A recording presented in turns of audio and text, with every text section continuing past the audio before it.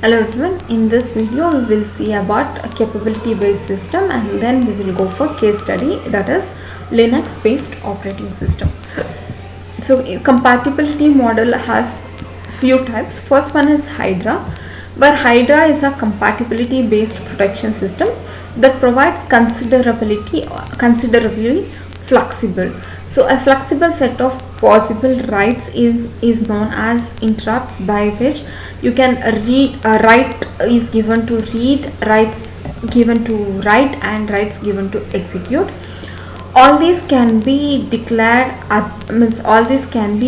other writes. The Hydra subsystem is built on top of a production kernel and may require protection on the system components. And this Hydra system would explicitly incorporate calls on the system proceeding into the code of a program and could even program translate that has been interfaced to the Hydra model. Second one is Cambridge CAP system, where CAP compatibility system is simpler and super less powerful than compared to Hydra model, where data compatibility happens in CAP model. So in the CAP like Cambridge CAP model, the second kind is like a software compatibility, which is used to protect and provide a microcode but for an entire application. So the CAP model will provide data capability and also software capability. Data capability is like by providing read write execution standards for access permission. Then software capability is for providing the application with the access permission. So software capability is written with a microcode which is inside the program itself. Next is Linux history. So Linux is one of the operating system derived by Unix standards or Unix based operating system. So Unix and Linus is like Linus plus Unix gave a new operating system called Linux operating system. Linux was first developed for small self-contained kernel in 1991 with Linus Torvalds.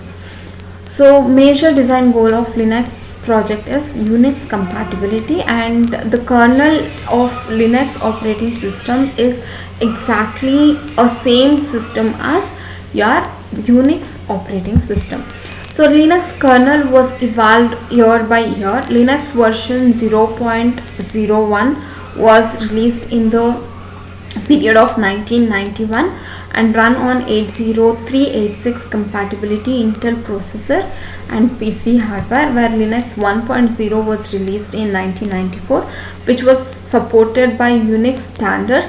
TCP/IP network protocol was introduced and device driver to run IP over Ethernet was introduced, and so on. Linux 1.2 was released in 1995. First PC of Linux kernel. The Linux had developed its own kernel by 1995 and it was supporting new PCI hardware bus architecture and it was also unloadable kernel module. Next version Linux 2.0 was released in 1996 with the supporting with multiple architectures and symmetric multiprocessing system.